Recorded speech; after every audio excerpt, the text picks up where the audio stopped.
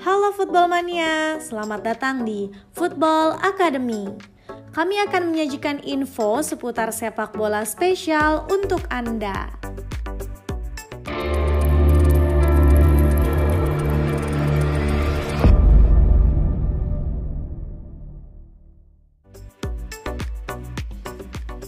Kejuaraan AFF 2020 adalah edisi ke-13 dari kejuaraan AFF yang sebelumnya bernama Piala Tiger. Piala Tiger adalah sebuah kejuaraan sepak bola negara-negara di kawasan Asia Tenggara yang berfiliasi dengan Federasi Sepak Bola Barbara dan merupakan edisi ke-7 di bawah nama Piala Suzuki AFF. Piala Tiger pertama kali dimulai pada tahun 1996, kemudian berubah nama pada tahun 2008 menjadi Piala AFF. Kejuaraan ini diselenggarakan 2 tahun sekali. Piala Suzuki AFF 2020 diselenggarakan di tempat terpusat karena pandemi COVID-19 yang sedang berlangsung di Asia Tenggara. Pada 28 September 2021, diumumkan bahwa Singapura menjadi tuan rumah turnamen tersebut. Pada babak grup kompetisi, 10 tim diundi ke dalam 2 grup yang terdiri dari masing-masing 5 tim dengan format sistem setengah kompetisi. 2 tim teratas dari masing-masing grup tersebut melaju ke babak semifinal. 9 tim otomatis lolos ke putaran final kejuaraan AFF. Mereka dipisahkan ke dalam pot masing-masing berdasarkan penampilan mereka di 2 edisi terakhir. Brunei dan Timor Leste yang merupakan 2 tim dengan performa terendah seharusnya memainkan pertandingan di mana pemenangnya akan mengamankan tempat di putaran final, tetapi Brunei mengundurkan diri dengan alasan pandemi COVID-19. Piala AFF 2020 mengalami kemunduran jadwal karena alasan pandemi COVID-19 dan baru dilaksanakan mulai 5 Desember 2021 hingga 1 Januari 2022.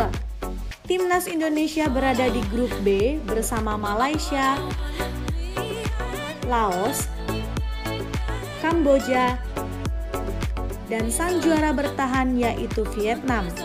Sedangkan grup A dihuni oleh Thailand, Filipina, Myanmar, Timor Leste, serta sang tuan rumah yaitu Singapura.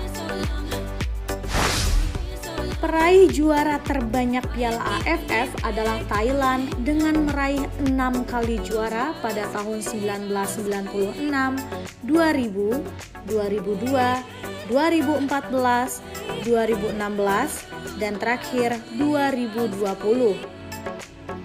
Lalu diikuti oleh Singapura dengan 4 kali juara pada tahun 1998, 2004, 2006, dan 2012. Terakhir adalah Vietnam dengan 2 kali gelar juara pada tahun 2008 dan 2018. Diikuti dengan Malaysia 1 kali juara pada tahun 2010.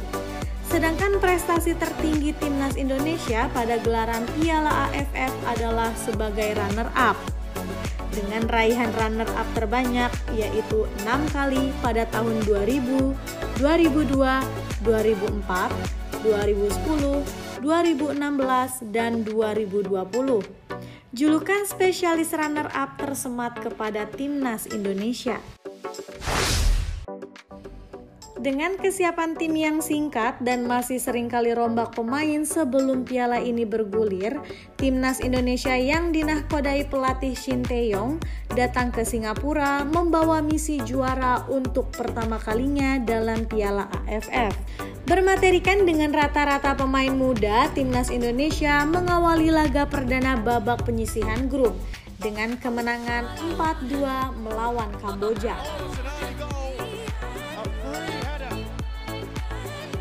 Melawan Laos pada laga kedua, Timnas Indonesia kembali mengukir kemenangan 5-1. Pada laga ketiga, timnas Indonesia menghadapi sang juara bertahan yaitu Vietnam dan harus berakhir imbang dengan skor 0-0. Pada laga penutup babak penyisihan grup, Indonesia melawan negara tetangga yaitu Malaysia dengan kemenangan 4-1 untuk timnas Indonesia. Dengan sama-sama mengumpulkan 10 poin antara timnas Indonesia dan Vietnam, penentuan juara grup dilakukan dengan perhitungan produktivitas gol. Timnas Indonesia unggul produktivitas gol dari Vietnam yang menjadikan timnas Indonesia sebagai juara grup dan Vietnam berada di peringkat kedua.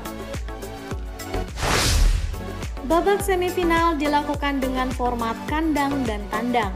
Pada semifinal leg pertama, Singapura bermain sebagai tuan rumah.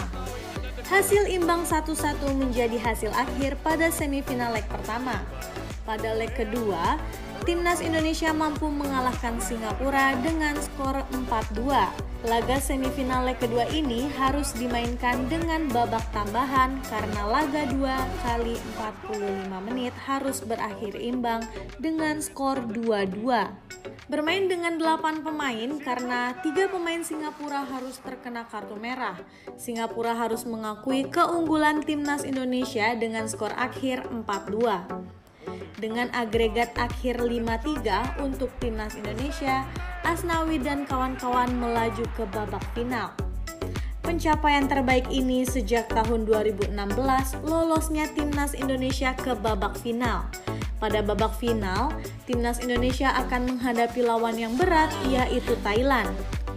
Dengan keunggulan agregat 2-0, raksasa Asia Tenggara ini melaju ke babak final setelah mengalahkan Vietnam pada babak semifinal.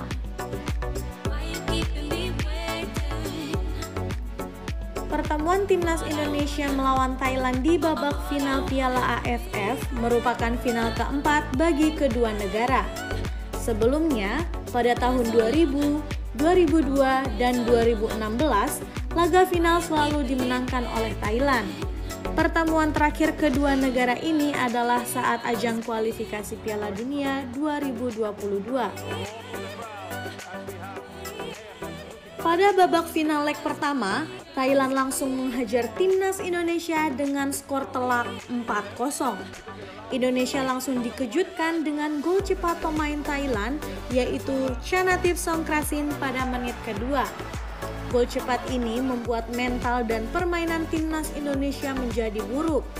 Pada awal babak kedua, Chanathip Songkrasin mencetak gol keduanya pada menit ke-52. Lalu Supachok Saracat di menit ke-67 dan Bordin Pala di menit ke-83. Praktis pemainan timnas Indonesia pada babak final leg pertama hanya mengandalkan serangan balik karena permainan Thailand yang memainkan taktik possession ball.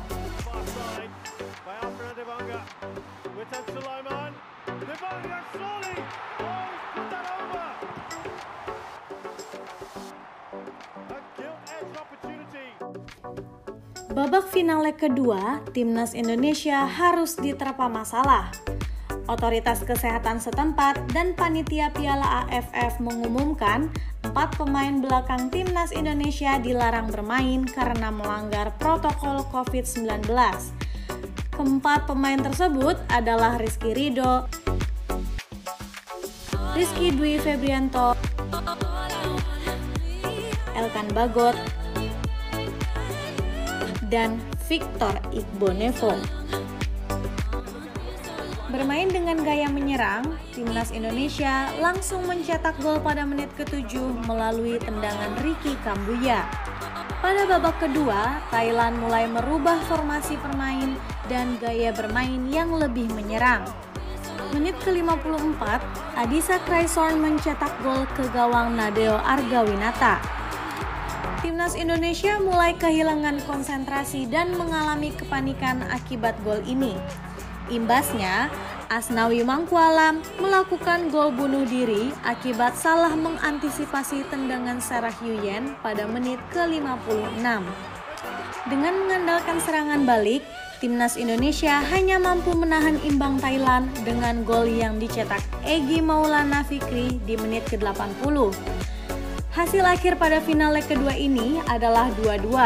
Dengan skor agregat 6-2 untuk Thailand, negeri Gajah Putih ini telah merebut 6 kali gelar juara Piala AFF, sedangkan timnas Indonesia menjadi runner-up untuk ke-6 kalinya. Permainan timnas Indonesia pada Piala AFF 2020 ini menjadi perbincangan publik Indonesia karena gaya permainan dengan ala sepak bola modern yang diterapkan oleh pelatih STY. Bermain dengan rata-rata pemain muda, pelatih STY merubah gaya permainan timnas Indonesia yang sebelumnya terkenal dengan umpan-umpan panjang. Pelatih asal Korea Selatan ini menerapkan gaya permainan bola dari ke kaki atau ala tiki-taka. Selain itu, formasi fleksibel sering digunakan pelatih STY dalam setiap laga timnas Indonesia. Dengan menerapkan formasi fleksibel ini, membuat tim lawan menjadi kesulitan membaca permainan timnas Indonesia. Bahkan, media Korea Selatan dan Vietnam ikut mengulas gaya permainan formasi fleksibel yang diterapkan STY.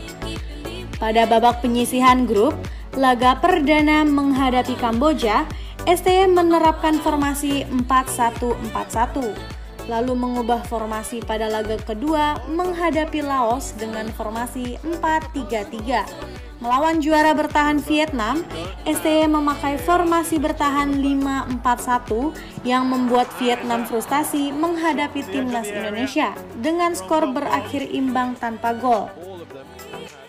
Namun pada laga penentuan terakhir menghadapi Malaysia, STY menerapkan gaya permainan menyerang dengan formasi 4-4-2. Menghadapi Singapura pada semifinal leg pertama, STY kembali menerapkan formasi 5-4-1. Pada semifinal leg kedua, STY menerapkan formasi 4-3-2-1. Walaupun produktivitas gol timnas Indonesia paling tinggi, yaitu 20 gol dalam Piala AFF 2020. Namun, dari semua gol itu, striker yang dibawa STY masih belum mampu unjuk gigi dalam gelaran Piala AFF 2020. Dari 20 gol tersebut, striker timnas Indonesia hanya mampu menyumbang 2 gol melalui Ezra Walian. Dalam gelaran Piala AFF 2020, timnas Indonesia membawa 4 striker, yaitu Ezra Walian, Dedi Setiawan, Kusheda Haryudo, dan Hani Sagara. Mandulnya striker timnas Indonesia sangat dirasakan ketika menghadapi Singapura pada semifinal leg pertama. STY melakukan pergantian 3 striker dalam satu laga secara bergantian. Dedi Setiawan bermain hanya 1 babak, lalu digantikan oleh Ezra Walian. Selang beberapa lama, Ezra pun digantikan oleh Hani Sagara. Seperti yang dikatakan STY setelah pertandingan final usai, di tim kami, sektor yang paling lemah adalah striker. Mungkin itu alasan mengapa di Liga juga lebih mengandalkan striker asing. Jadi, pemain Indonesia di posisi striker sulit sekali untuk berkembang. Tim asuhan STY ini juga memiliki catatan buruk di lini pertahanan dengan kemasukan 13 gol. Permasalahan pada transisi bertahan sangat terlihat ketika menghadapi Singapura pada semifinal leg kedua, ketika serangan balik oleh Singapura dan mendapatkan tendangan bebas yang berhasil dieksekusi dengan baik oleh Syahdan Sulaiman. Ketika menghadapi Thailand pada final leg pertama, fullback kiri timnas Indonesia, Pratama Arhan, tidak bisa bermain karena akumulasi kartu. Absennya Pratama Arhan memberikan celah yang cukup besar di lini pertahanan Garuda.